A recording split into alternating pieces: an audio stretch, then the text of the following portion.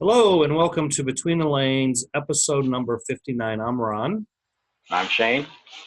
and I'm going to talk a little tech stuff tonight and some race results and some race experience, and even got some giveaways, or a giveaway. Well, a giveaway from one company, but it's giveaways from one company. So onward we go. So, of course, check us out on YouTube. We're now up to 59 episodes. They're all there. Special episodes or some how-to stuff there. I always say there's more how-to stuff coming, but I gotta get to work on that. So Need to find something I could do. Oh yeah, Shane can do something. Maybe you can do a body trimming. Yeah. Find us on Facebook. Between the Lanes is the Facebook page. You can like the page, get updates when the show airs, and of course, we always start off with race results. In the winning report, the AWRA American Womp Racing Association was at Hobby Max in Durham, North Carolina, and Shane and I will probably be down there in a couple of weeks, and we'll talk more about that. And they raced legends and sportsmen, and it was the same podium in both classes. And Charles Eldridge in the middle with the mask. I guess that's an Evel Knievel shirt. I don't know. Yeah. Yeah, got the stars. He was the winner. And Daryl Jones on the right of your screen was second. And Michael Bonker on the left of your screen was third in both races.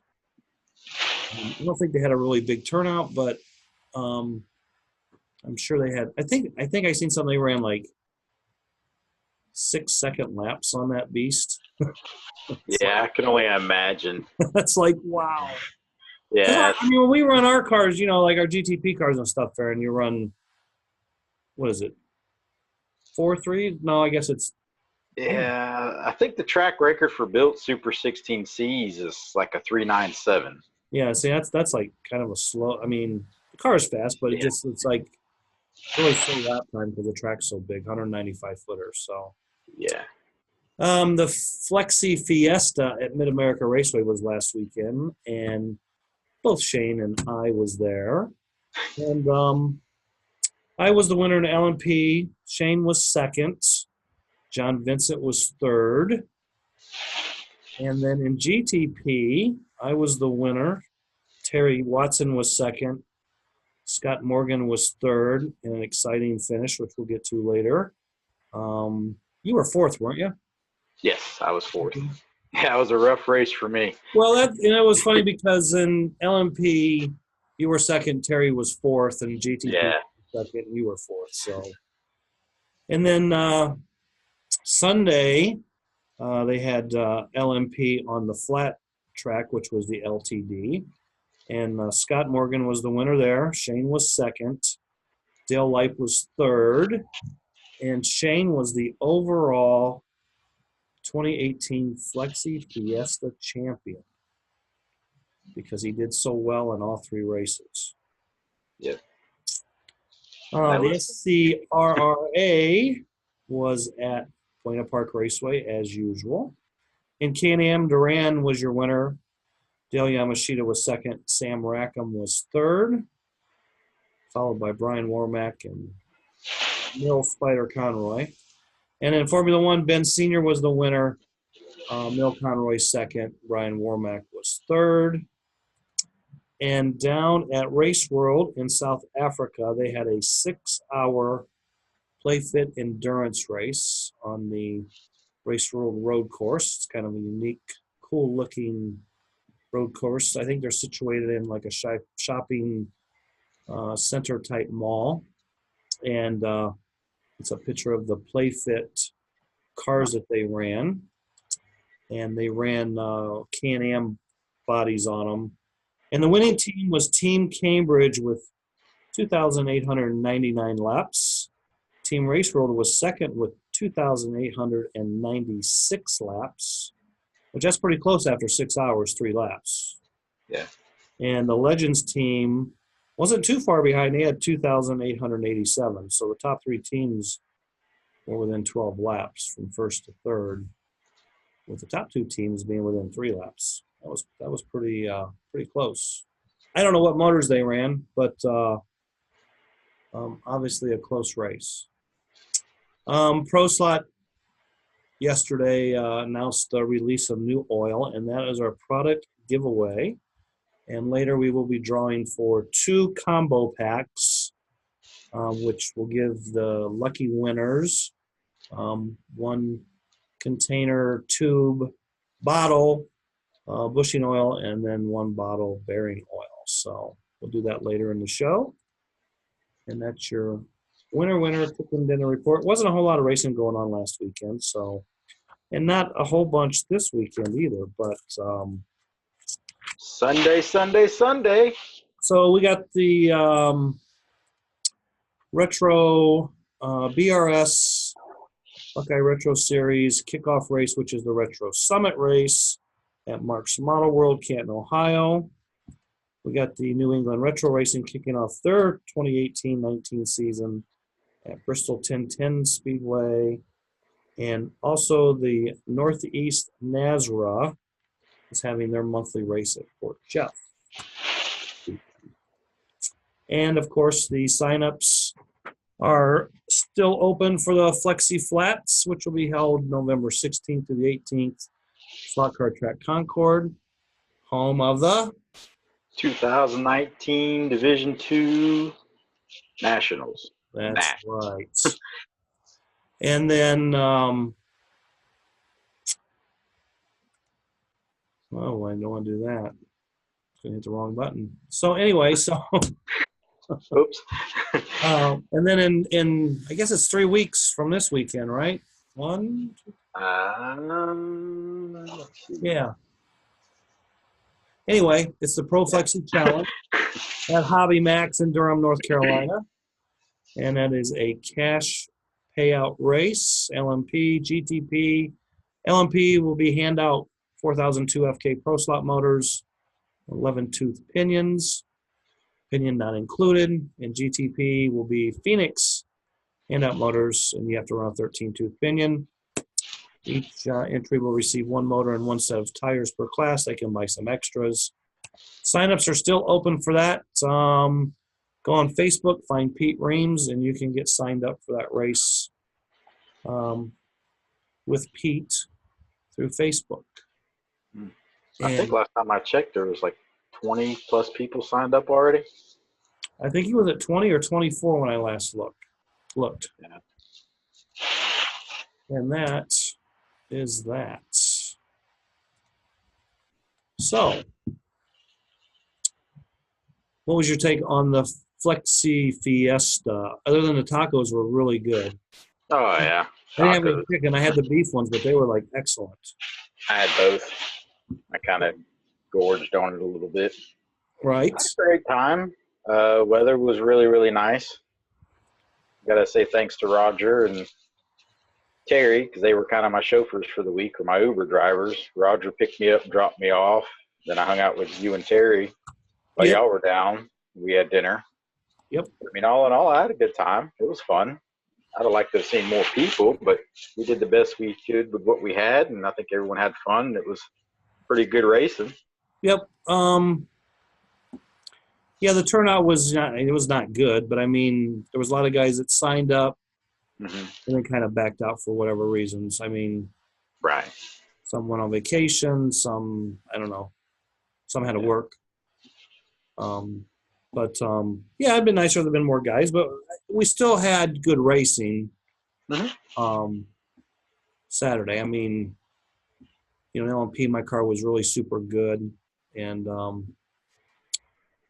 that allowed me to win fairly. I think I won by 10 laps, but I mean, my car was on rails. And then GTP, I did not have the fastest car, and how about raining over you? That firsthand, because Shane lets me go coming off the top turn, and he's got a blip going in the bank because he's going to run over me. So, but my GTP, for what my GTP lacked in straightaway speed. Oh yeah, the back half you made up for it. Yeah. So, and I don't think changing from a 37 to a 36 would have made that big a difference down the straightaway. But and I'm not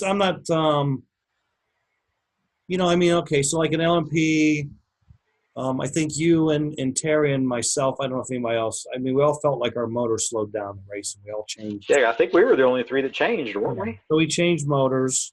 After the LMP race, I took the motor that I had started with an LMP and I put it in a GTP car and ran it. You know what? It ran the same speed in the GTP car as it had earlier, on Friday night or whatever.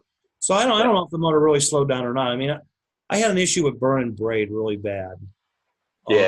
On my car. I mean, it was like almost to the point where I had to change the negative side every heat. Yeah, because I remember you were asking me, you burn a braid? It's like, yeah, this braid's nasty. Yeah. So I just know that I think you were the first one. When Terry was the first one to say his motor was slowing down. Right. And I don't know if his motor slowed down or he was having a braid issue. Right. Yeah, because I remember you mentioning that. Yeah. And it seemed like the next heat was when I thought my motor slowed down, and after the heat, my braid was burned pretty bad. So I changed braid, and it felt better, faster, but I still thought, well, maybe I hurt the motor. Yeah. Because the braid was burnt and it was kind of running slow. But anyway, so I went on the side of safety and just changed the motor because I didn't know if it was going to go or not. And as it turns out, I think it probably would have ran the rest of the race. I probably wasn't okay. I was just having a braid issue. And then, you had yours obviously did something and you changed. Yeah, I think I dropped a cylinder. It never puffed the smoke, but it hit the straightaway and it was just like, oh, and I'm like, oh, great. Right. And I looked and it was like a minute 30 left to go in the heat. And I was like, just last, Right. I think with 12 seconds left to go, because we had 2-minute sit outs or 2-minute lane change. Right. I was like, all right. Well, you stopped 10 seconds early. Yeah, and just grabbed it. And I think Scott, he had issues earlier in that race and he already had pulled his car. He was down in the dead man. And I was like, hey, can you move my controller for me? And he was like, yeah, I'll get you. And I had to hook my controller up too. We were changing one at the same time, but because Scott went out on P early because first thing was his tire fell off the car. Yeah. And then he had like three rider or something. So then his motor got knocked out. Yeah. And then he went over and put it back in, and his gear mesh was all off, and he's just like, I had enough. So he was marshaling a dead man, and then he was our controller hooker-uppers. So thanks. I gave myself that extra time just in case I was over there. Yeah, because when you pulled your car with 10 seconds to go, there was a track call. Yeah. And my car stopped at a 90, and then it wouldn't take off. So I was like, just throw me the car. Well, then the braid was super burnt. So I guess it was a contact problem, not a motor problem. But anyway, so change the motor, change the braid, got back out. So then in GTP, Scott led the entire race until the last 30 seconds. So I felt really bad for Scott, and Scott lost a motor, and with 30 seconds to go, he had a 2-lap lead over me. He was going to win the race. No doubt about it, unless something happened other than that in the last 30 seconds, and I don't think that was going to happen. But we started the race. He started on blue. I started on white, and it's like I don't know if you noticed this with the Phoenix motors, but on restarts, like track calls, power come back on. To me, it was like my car would rattle if I was trying to go too fast on takeoff. Gotcha. I remember somebody said you don't want to be wide open on a restart because the car will just pop out. So I was trying to roll off easy. Right. In the first heat, there was a track call, and I thought I was going easy, but I just rattled the car right out of the slot in the donut. And then came off in the 90, just shot in there. I knew I was coming off. It's just like, yep, you're going in there too deep. And I came off. So I was a couple laps behind Scott, and he went to purple and I went to red, and I think we ran the same number of laps that lane. But then Oh, no, no, no. Red is when, no, second heat red is where I lost several laps because somebody didn't launch, they popped on a restart and I hit them in the bank Yeah. and it split my guide, which, Yeah, 'cause I remember you were working on the guide and I was working on my body because my yeah, body was well, shot. all right, well, so anyway, so, the heat's over and I go get my car because I know I got to change my brake because I know it's all cobbled up. So I pull the braid out of the one side. I'm like, oh, my flag is split. Right. So I grabbed my pliers and I squeezed on it, put my braid in, and it felt pretty snug.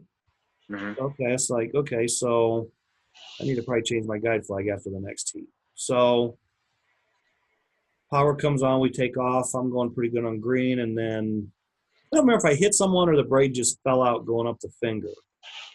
And it's like throwing me the car, and I lost 4 or 5 laps. Right. And by the time I went and got a piece of braid, put braid in it, and got going again. So after that heat, I here's a quick fix if you split your guide because before when I've done this, I've just poured super glue in there. Yeah, so I did the super glue trick. And I didn't want to do that because I'm like, I know I'm going to have to change my braid again. And I may Yeah. not be able to get the braid out. So I took my pliers and I squeezed the guide together and I just took my soldering iron and I melted our healed Right. split guide. And then I had no more problems after that. So, Scott had 5 laps up. I whittled it down to 2 laps with going in the last heat. I knew I wasn't going to beat him. He's on green, I'm on orange. And 30 seconds ago, his motor goes up in smoke. And Yeah. Did you notice something about the race now that you said that about green? All the motor issues seem to be on the green lane. I didn't notice that, but Because when my motor went soft, I was on the green lane. When Scott blew his motor, he was on the green lane. okay. I wonder if the green lane has more juice or something. Well, I changed my motor after I ran purple. Before I went to green. Gotcha. So I thought it slowed down when I was on blue. And I went and changed the braid and ran on purple. But Right. it's better, but it's not. I don't think it was as fast as it once was. But anyway, so I changed it. And I don't think the motor I put in was any real faster. But Right. um, Yeah, I didn't have to change the motor in GTP. My motor ran fine, but the car itself took a beating. So I remember, I think I asked you one time, I was like, can we change bodies? nope. You're like, just change it and see what happens. I was like, no, I'm not going to do that. And I remember I asked Roger, and Roger was like, what's wrong? I was like, you see this thing? I was like, it's hanging on for dear life. Well, that's so like um, I forget what I was going to say because you talked about the body. Yeah. Well, okay, back to the green lane. That's what. Back to the green lane being hard on motors. Mm-hmm. I think what was hard on motors was the 14-tooth pinion in 3-minute heat. Yeah. Because normally they run 2-minute heats on the weekly races. Right. And the guys run 14s. But with the longer heats, we probably should have been running 13s, or with 14s, we should have been running shorter heats. But Right. It wasn't like, I mean, I think that Scott's motor was the only one that actually went up in smoke. And, when we started the GTP race at the first heat, I'm like, I could smell like someone's really hot. Yeah. And then after every heat, someone's really hot. And Scott said it was him. His motor was like smoking hot after every heat. So he was, I guess his motor was living on the edge. But Yeah. no, I mean, to me, it was just another race. I mean, came down to luck and who had good cars and who didn't. And Right.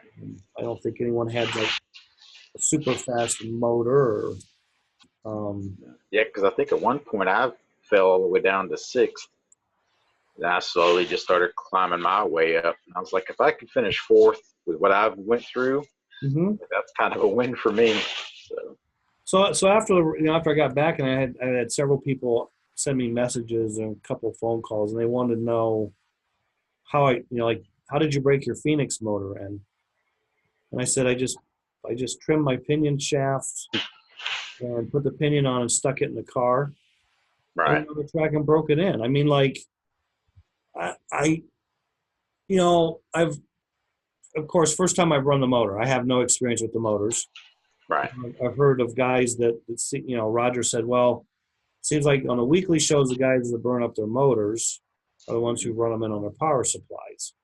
Right. So, okay, so are they running them in for 30 minutes, 40 minutes, 60 minutes? Are they dipping them in water? Are they putting voodoo on? I mean, I don't know who's doing what, but Roger also said guys that just put the motors in the cars and run them, they don't seem to have any problems. So that's what I went with. And, like every motor, when I would first run it, I would run kind of like 3/4 throttle down the straightaway, blip the bank, 3/4. Never really fully punched it anywhere for the first 5 to 10 laps. Right. It kept the heat. It was never really hot. I put it back on and I'd start going harder with it. Mm-hmm. And I couldn't tell you if it took 5 laps, 10 laps, 50 laps for the motors to get up to speed. I thought they were up to speed right off the bat. Yeah, I mean, I did the same thing. I trimmed the shaft, put the pinion on it, soldered it in, oiled it, went. And I think out of I had 4 motors I had. All of them ran good except for one. I stopped and Terry was right there. I was like, what's going on with that thing? I was like, I think it's smoking. He's like, oh, it's smoking. Well, see, I kind of I just had my 4 motors and I ran them in GTP cars Friday night, and then I had my GTP car was really good Friday night, and I just kind of put it away. I said, that's the baseline right there, that car. Right. And I could never make any of the other GTP cars go as fast as that one. So I thought, well, the car was really good, and of course, when you're going fast lap times, you think your motor's good. And I didn't try another motor in that car. Maybe one of my other motors might have actually been faster than that motor. So then I just was like, okay, now with these 3 cars, let's put the LMP bodies on them and find out what we got for LMP. So, Ken, I had a very, very good LMP car as far as going around the back half. But I don't think any of the motors in those cars was as good as what was in my good GTP car. Now, maybe they were faster, but the GTP car just went around faster, giving me that faster lap time. So I didn't swap a whole bunch. So anyway, so then, we started the LMP race, and I had one motor. Yeah, I took the motor out of one of the LMP cars. That's my backup motor for LMP. Right. And when I changed motors, I put that in. And I thought, well, I need another motor in case this one goes before any of the race. I didn't know what was going to happen. So I had to take the motor out of the backup GTP car, and I never used it. So, but anyway, so that's my story. The tires worked well. I mean, they were an Alpha Medium, full hub, big hub tires, and they seem consistent. Yeah, they were. Yeah, I had 4 pair that all durometer the same. Well, I had one pair that was 2 points harder. It was my set marked hard.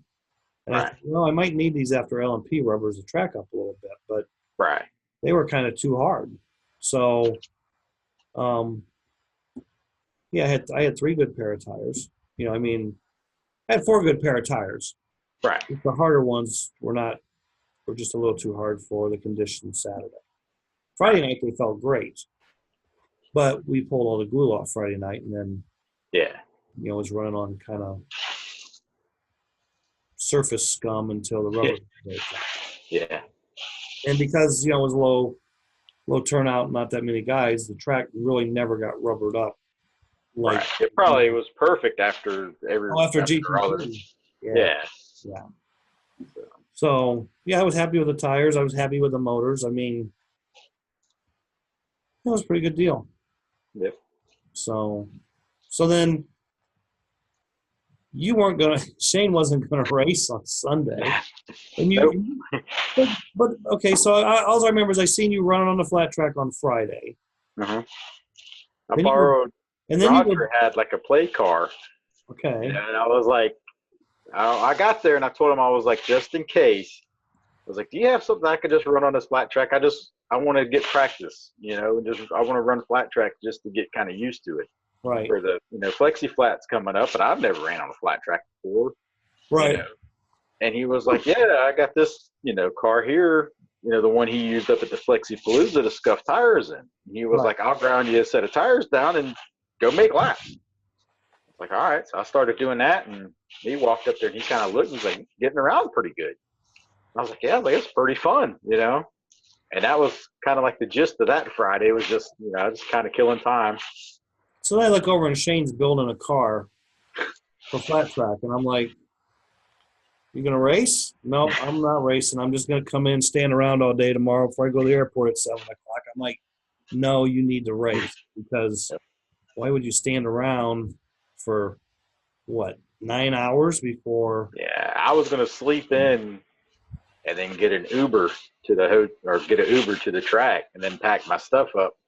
And if they needed someone to turn marshal, I was going to turn marshal.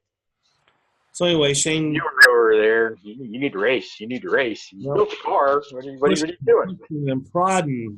So he puts the car together and went out and was running, and you were getting around pretty good. I mean, I was impressed for first time on an LTD. I mean, you were going because I thought, well, he's going to come off 5 times in the first couple of laps, and he didn't. And he was just like, and you're running 4.9s, which I thought, well, that's pretty good. And because I have no idea what those are. And somebody, you normally run 4.6 or whatever. And I told you, well, you just need more laps. And I walked away, and then you called me over, or Terry said over there, and you're like, run my car. I run your car, and it's like, man, this car is really good. I think it went like 4 or 5 something with your car. I think we got it down to, you ran a 4.57 and I got it to a 4.56. Okay. After we added some tape, put some lead in it. Yeah. Then you just were like, you got to be more aggressive, Like, all right. And I remember during the race, all the guys were laughing at me because that one bank turn down on the other end, they were like, "Dude, you could tell you're a bank track driver." And I'm like, "Why?" And they're like, "You're just killing that turn down there." I was like, "It's banked. I'm not stopping." Yep. So, and then Terry was all over. Terry's like, "Well, look, you need to race tomorrow." I'm like, "No, I got work to do." He's like, yeah, because that's what he was telling me. He's like, "We might stay, we may not stay," and I was like, "Well, y'all could stay with me." I would like to have raced and everything, but I had too much to do. Oh yeah, see my arms, no burns. No burns, pulling bodies. Bodies pulled Monday and Tuesday, no burns. You can add another tally to the how many days you went without injury or loss of production or whatever it is. Yeah, no loss of production. Loss of sleep, but no. Oh yeah, I was up late last night because building the GT12 chassis for Bobby. So we're going Saturday to test at Randy's. Well, see, I needed to be back on Sunday because I had to turn and burn to go to Canton this weekend. But I'm not totally done. But I had to assemble 5 cars, and because they were just chassis, I had to mount, 8, 12, 9. I'm at like 12 or 13 bodies. So I got 8 of them done. Right. Saturday. I got the cars all put together. I got that done. And I still got some cars which I'll do tonight and tomorrow morning, and some bodies. I mean, I'm in good shape. Right. But I had that huge body order. I just had to make all those bodies with a deadline. And so that cut into my racing prep time a little bit. So gotcha. So now we're getting back on track. Yeah, I flew back Sunday night, and then Monday I kind of rested, and my stuff wasn't here because it was still being shipped. Right. I kind of had some stuff here. I was like, well, I can do this, and I did that. And not racing this weekend, but I'm going to kind of practice and test and all that kind of stuff. But right. Everything got here yesterday, and so it's like I've been jamming hard, getting it together, go play this weekend. Yeah, because see, when I come back from this weekend, then I got to do all the flexi stuff for the next 2 or 3 weeks. because I don't have another retro race until the last weekend of October, I believe. But This is the the busy weeks part in for me. between are all flexi races, so Gotcha.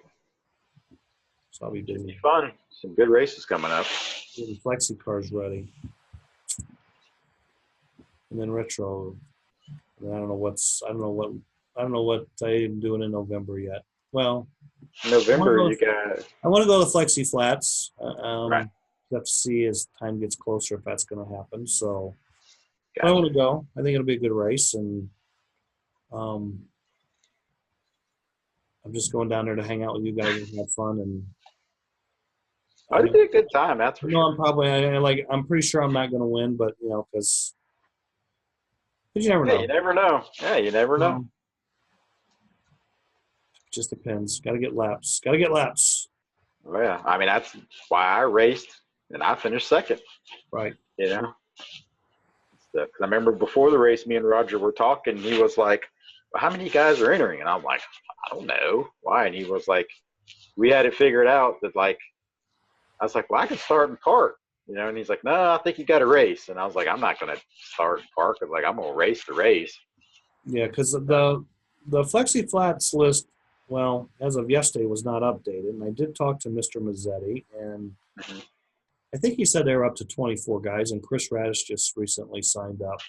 Right. I don't know who else, but That'd be good. the entries are slowly coming in. And Rob Voska mentioned going down. I don't know if he's talked to Ernie or Right. Signed up yet or not, but signed up, haven't paid. I was waiting to get back from Chicago, and I get paid this weekend. I'll get that paid, so I'll punch my ticket for that. So, yep. That's another one.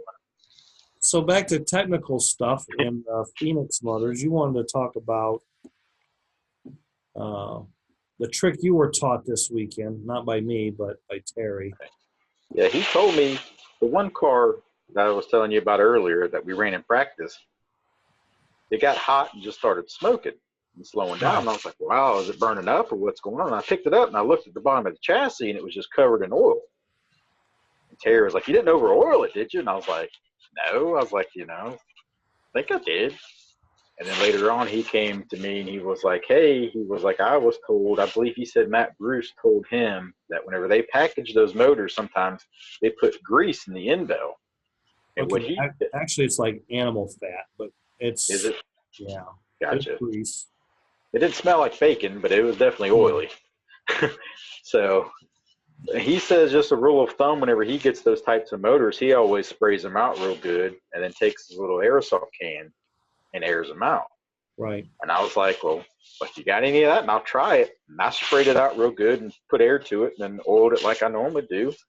Went back out there, no problem. Turned the car over, looked at the car, no oil. And I was like, well, maybe that was one of those end bells that just was overly packed. Yeah, you know what? Right. I didn't do any of that. I just stuck the motors in. And I mean, I've honestly never heard of it or anything. And if you get a new retro Hawk motor or something like an FK type motor, right, with a metal end bell, if you look, you can sometimes see little globs or that stuff in there.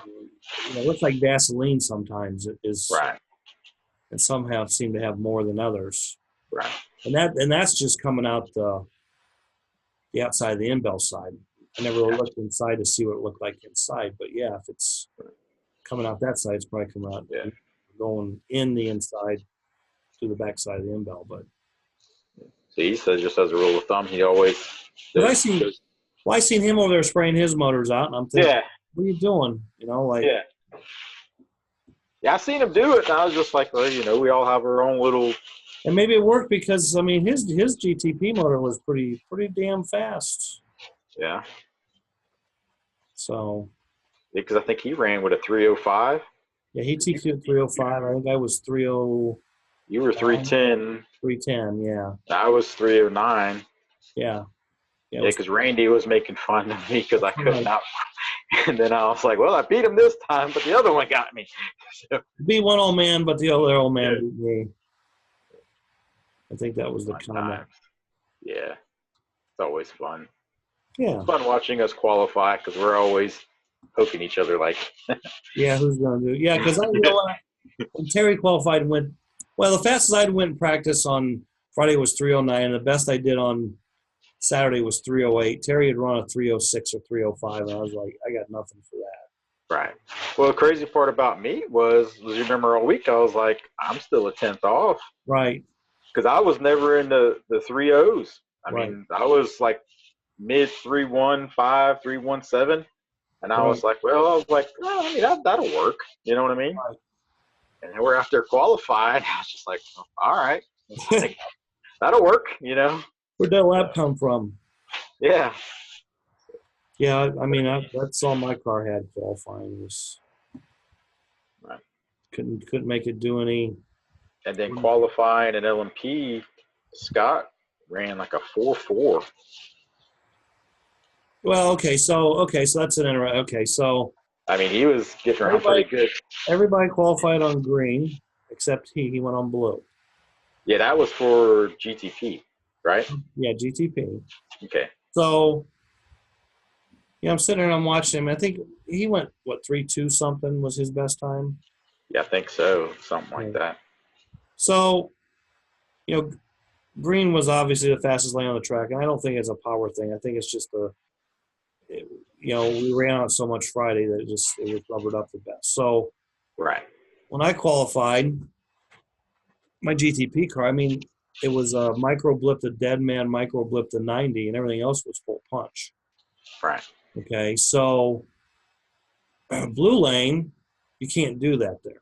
Okay, and like I was watching Scott, and I'm like, he's got to blip the finger, he's got to blip, dead man finger, the 90. Yeah. Punch the donut, but then he's got to blip the top turn because you can't run those cars. They're so fast. You can't run the top turn on blue wide open. So he's got to blip 2 more times than you do on green. Right. And the old saying used to be a blip is a tenth. Right. It wasn't 2 tenths off. But again, maybe if he ran green and run his car like we did, maybe he would have run 3:04. I mean, who knows? Yeah. Because I know in the race, good car. Yeah, I think in the race. I mean, in the race, he was the fastest on every lane except red and white, and maybe one other lane. Because I think I was the fastest on red and white for the race. I had purple or something like that. I was saying you were fastest on purple. Yeah. Because I think Scott was fastest on all the other lanes. So I don't think Scott was that far off my time on red or white. Right. And I don't know how far I was behind because I never really looked at the stats from the race. But right. Yeah, I mean, like I said, Scott was impressive and Scott ran good. And I mean, he ran a perfect race because I remember looking at his body one time and I was like, his body ain't got a mark on it, you know? Yep.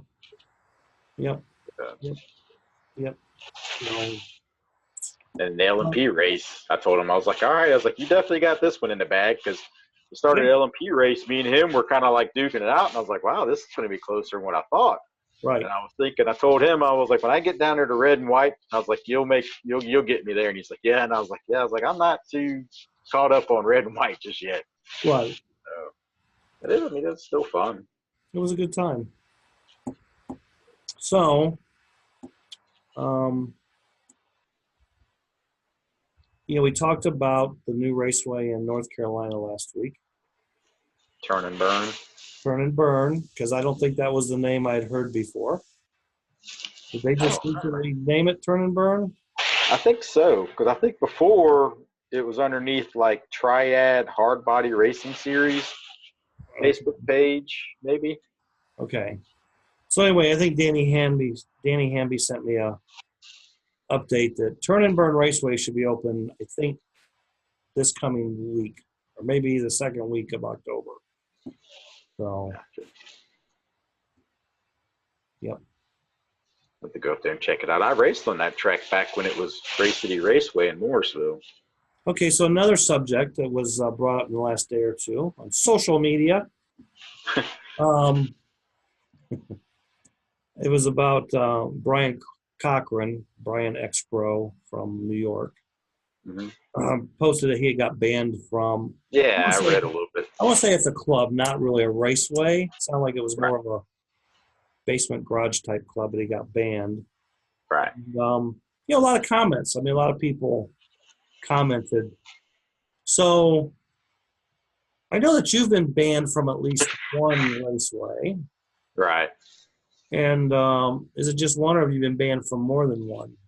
To my knowledge, I'm holding at one. Just holding at one. I've probably been close. And was you banned for A, a technical reason, B, skill, maybe superior skill, or Right. 3, personal differences? We'll go C, personal differences. Personal differences, okay. Because, I mean, some people get banned because they get caught cheating or not following the rules or, Right. yelling or screaming, stuff like Well, that. none of that. Nope. And Never. I've seen some people get banned just because you're too good. Right. And then, of course, there are always personal differences. I don't like him. Right. I don't like It wasn't. I didn't get banned because it wasn't a. I don't like him or anything. I don't really know if personal. He had his opinion. I had my opinion, and it just, no hard feelings. It is what it is. I still race with that person. I'll still help him. It's just, Hey, sometimes getting banned, they're doing you a favor by telling you not to come. right. People have asked me if I wasn't banned, would I still race there? It's hard to say. Gotcha. I mean, I probably would just because I do like the track and I like racing there. And there's people that only race there that I wouldn't mind seeing, but it's just, I guess the older I've gotten, the less I worry about grudges and what people think about me. It's like, if you're going to be upset with me and mad, I'm sorry, but I'm moving on from that. Right. It's like we all got to race. We all got to have fun. There's only a handful of us that do this, so you might as well just shake hands and drink a beer and talk it out and go racing, I have only been banned once. And it wasn't just me, it was a group of us. And basically what it was I guess you could say it was kind of a group with me because Bobby was also banned. it was basically you guys are too good type deal. Like, Right. you're running off my new guys, okay? And that's a whole nother story too. But, he was this track owner was one of us, okay? And he bought a raceway that was already open. He Right. did some promotion advertising, got a lot of new people in the door. Mm-hmm. And I mean, we went from having 6-8 guys a week to 20 to 30 guys a week. That's good. And in the group of me and 3 or 4 others, Mm-hmm. it would always be one of us that won. I mean, usually, in all honesty, be the top 5 or 6 every week.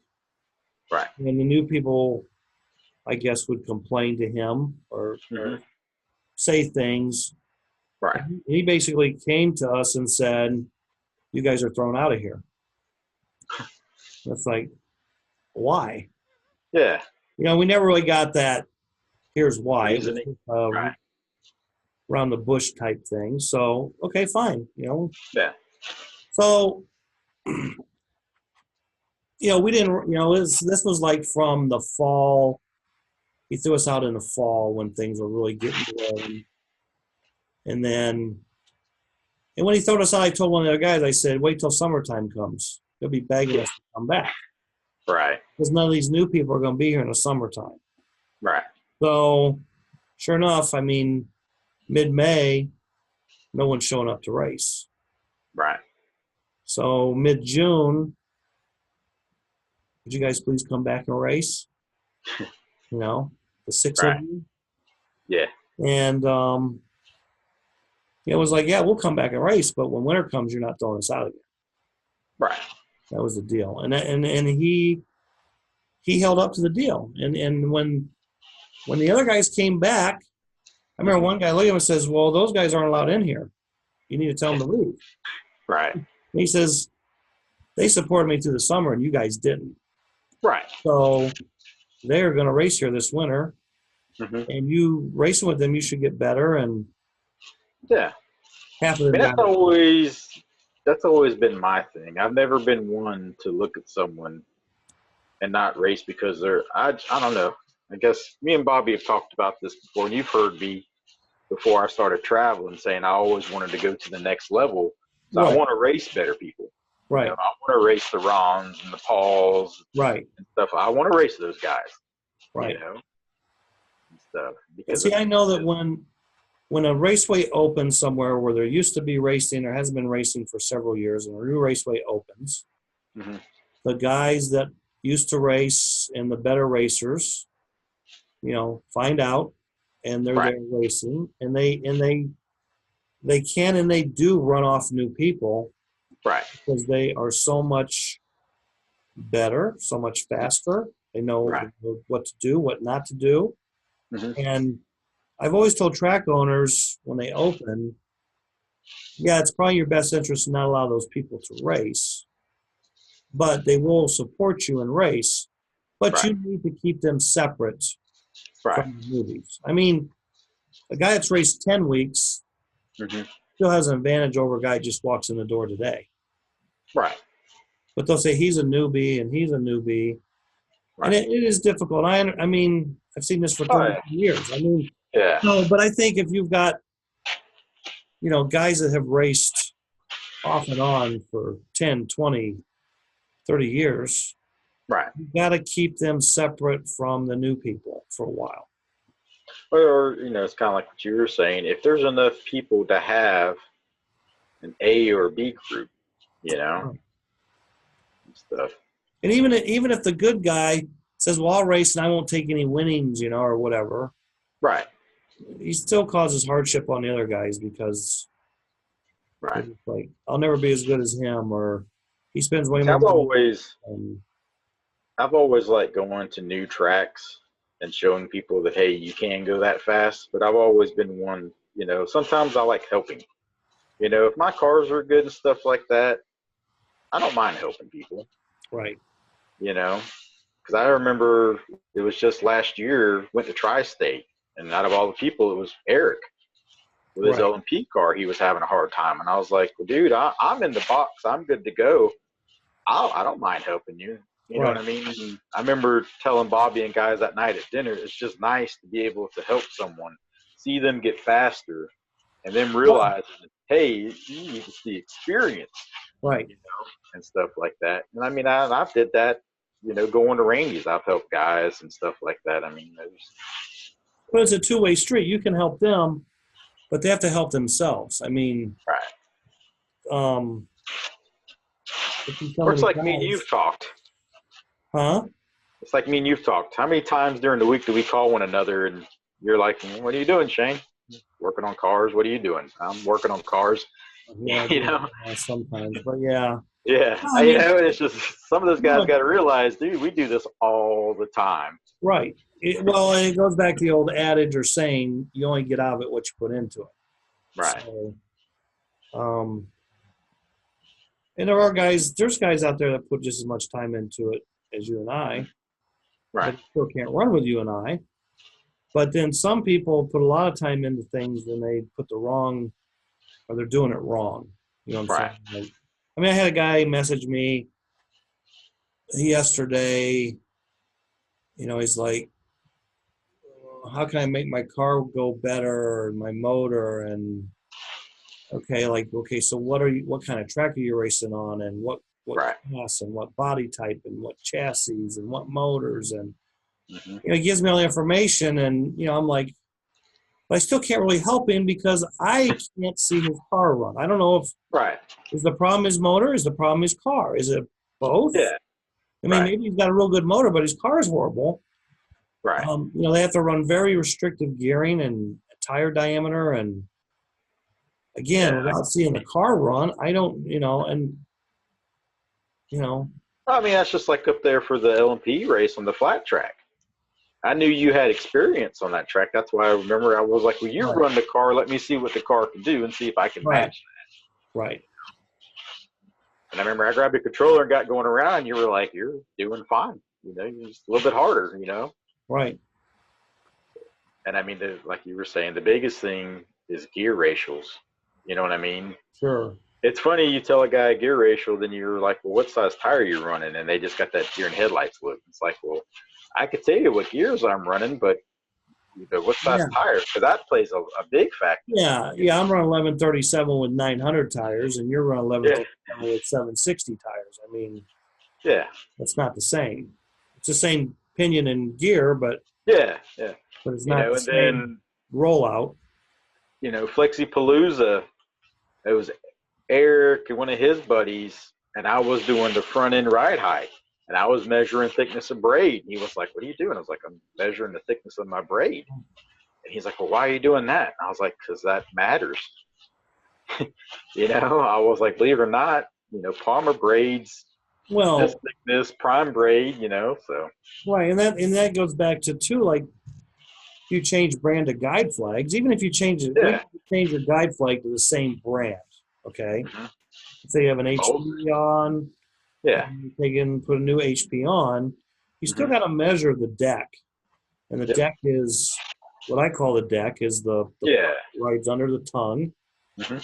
It has the post and the blade Yep. on the bottom.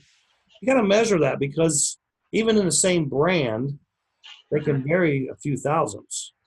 And then, like I think generally a Red Fox guide is 25 thousandths thick, where Parma and HP and Cahoza, they're like 35 thick. So if you've got these, if you've got, I'm trying to think, I'm not going to do this very well, but you're going to have to change your spacing. Like, Yeah. well, if you got 10 thousandths difference. Red Fox, you're going to have to take one of those off, Right. put 20 on because you got 10 thousandths for Yeah. the difference of the deck. And a lot of people just don't know that. Right. So there's another tech. Same with braid. It's like, all right, it's Oh, dragging braid a varies little bit. too. Let me check. Let me put this braid on it. Right. Because as a matter of fact, like whenever we practiced the LMP car the first time up at Rogers on the flat track, we were in the middle lanes and the car wasn't hitting. I moved it down to black, and it sounded like I was rolling marbles. Roger was like, "You got to get the front up. You got to get. You're dragging hard." Yeah. And finally, it's like, all right, I went too far because now it was kind of like you didn't hear nothing. It's like I want to drag it a little bit, So then I just took another spacer out of it, and I was like, all right. It's like I think I got it where it's good, and then I ran it on all the lanes, and that's whenever I got on the red lane, and I was like, oh yeah, this is a different animal right here. Yeah, my cars were good, and they did. That was the thing. I got to run purple and black because from experience at that track. Right. So if you can think you're good, you go purple and black, and you'll be bottoming out. Right. And we seen John Benson in the LMP race. I mean, he was really bottoming out. Yeah. He was good everywhere until he got to purple and black. Yeah, because remember you were like, "What's that noise?" And I was like, "It's this car. It's bottoming out." Yeah. Like, wow. Yeah, and then I think they changed the spacing after purple. Right. But they still didn't get it right. But it wasn't bottoming out on black as bad as it was on purple. I mean, I've been to places and spent at least an hour just trying to find, that perfect sweet spot. Right. Like for Tri-State, when we went Tri-State for the FNRS race, Right. I think I was probably the quickest I got the guide height right, and I was just like, perfect, on to the next one. Yep. And then trying different brands of guides, like you said, Well, then I've seen guys that have they've had a cut down guide on their car and changed it. Maybe broke it, or they wanted to change the guide. They go out and buy a guide that's not cut down. Right. They put on their car, and then they can't figure out why their car doesn't handle it. Yeah. Like, well, there's probably 30 to 40 thousandths difference in deck height between a cut down and a non-cut down standard guide, we'll call it. Right.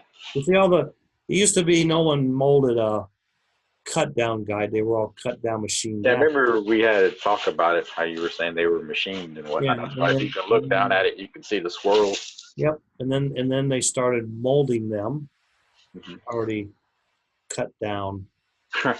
So it's really not cut down. It's just molded. Thinner. No one's come up with a name for that. That could be a contest, but there's standard guides and then there's cut down guides. But Some cut downs are big and some cut downs are cut down. So, yeah, Gonna give some oil away. I was just gonna say I think we'll give some. Yeah. oil away. All right. So we're gonna give away 2 combo packs of the new ProSlot oil. It does not have a name, and they are having a contest, the Name the New Oil contest on the ProSlot Facebook page. So in the winter, we'll get some ProSlot goodies if their suggested name is chosen. So winner number 1, combo pack number 1. We talked about him earlier in the show, Matt Bruce. And winner number 2 is Johnny Marlin, which I believe is one of Tracy Brown's good friends. So Johnny Marlin and Matt Bruce are winners of ProSlot oil combo packs. You both need to contact John at ProSlot, and he will mail them directly to you. ProSlot oil. So congratulations to our winners tonight. And I'll let John Miller know who won. So, well, he watches the show, so he'll know who won. I figure we may have seen him up there. I think I heard someone say he was possibly in it. He was going to go, and then he had a family thing because he's maybe going to go racing this weekend, but now maybe he's not because of another family thing. So, gotcha. If y'all are racing at Mark's this weekend, right? Mark's Model World. He wants to go. He was planning on going, but something in the last day has maybe changed his plans. I'd go just for the food. Yeah, it's going to be kind of a cold, crappy weekend. Weather in Chicago was lovely compared to here. Yeah, it was really nice. Yeah, it was really nice. And, yeah, we had a taste of that for a couple of days, and it kind of got hot. And then, Is it? yeah, well, last night went down to 49. Today was high of 67. It's still in the 80s and 90s here, high humidity. This is my kind of weather. Yeah, I remember, what was it, Saturday morning, walking out. Remember, you were like, "You got your jacket?" I was like, "Got my jacket, just in case." I had my jacket because I was ready for it. Oh, yeah. Wasn't making that mistake that I did for the Nats. Packed one pair of jeans and all shorts, and remember looking at Terry, "You gonna wear your jacket?" Why? I was like, "It's kind of cold." Yep. I had jeans and shorts last weekend. And I think I wore jeans. I didn't wear my shorts. I think I wore shorts race day just because moving around and running and just adrenaline, I knew I would get hot. And then Sunday I went back to pants just because normally the flight, all the flights I've been on, because I've been on so many, they've all been cold. Flight home was a little bit on the warmer side. I remember getting on the plane thinking, this thing is hot. A little stuffy. Yeah, I was like sitting there trying to get the fan thing working right. And lady sat next to me, and she's like, "Are you hot?" And I'm like, "Yeah, it's pretty hot on this plane." I was thinking, well, maybe once we get up and get rocking and rolling, it'll cool off. And it never did. Okay. First thing I did when I got in the car was the air conditioning wide open. Yeah. Like, I got to cool off. I hear you. So, well, if you don't have anything else, I don't have anything else. I think I'm pretty good. I got to think we covered everything. Go back to race prepping. Yeah, I got this chassis sitting in front of me. Been staring at it. It's been calling my name. What is that? Red Fox, BT12. BT12, yep. It's Bobby's. Is that something you're planning on testing this weekend? It is. I have one already that I bought pre-assembled. And then while I was up at Rogers, Bobby was like, "Hey, grab this for me and put it in your luggage and bring it back." I'm like, okay. So now you're building it. Yep. Yes. Or at first it was, well, if you get the time, and then I stayed up last night till like 2 a.m. because it was just the juices were flowing and everything was going good. Yeah. I think I talked to you, and you're like, "What are you doing?" I was like, Build a "I gotta chassis. build this chassis." And finally, I looked up. And it's like it's 2 o'clock, and I have to be up at 5:30. I need to get some kind of sleep. So, yeah, I'll have it done tonight, and we'll be ready to go this weekend. Yeah, it was. I was. What was I? I guess I was just up getting stuff ready because I had to make more bodies this morning, get them out the door today, and then I can. Then I was rebuilding motors for retro angle winders. And, Right. Yeah, because I think when I called you earlier about doing the show tonight, I said, "What's that noise?" Bringing in motors. I was like, "Oh." So, running in motors. yep. Tis the season. Oh yeah. Cooler weather and more racing. Looking forward to it. Yep. All right. So. Don't ask me because I have no clue. Oh. Oh. Yeah, I didn't even think about it. Yeah, again. I didn't think. Yeah. Yeah. We can just say Well, because we had a good dinner there. we had a good dinner there. Yeah. Well, let's just Say mystery oil. what's the name of that new raceway? Turn and burn. That's what we're doing this week. Turn and burning. So the secret There word. you go. That's exactly what we're doing. Turn and Perfect. burn. Yep. So all right. So that's all I got. If you're going racing this weekend, have a good, safe weekend. Good luck, and we'll see you next week for episode number 60. We should be back on Wednesday night. Yep. Shane could be here. Ralph could be here. We both could be here. Who knows? Special guests. Could have a Never special know. guest. So, yeah, someone suggested we get Walker on here. You need a haircut first. And I think we're going to have another special episode from the Israel Worlds in Finland. Yeah, because that's 2 weeks. 2 to 3 weeks, yeah. Yeah, because whenever I was up there, Roger was talking to me about it. That's where we need to go. It's nice and cool there. Yeah, well, it's a little too cold right now. Yeah. All I right. see me there. Yeah, I'm not going to be there. So long until next time. See ya.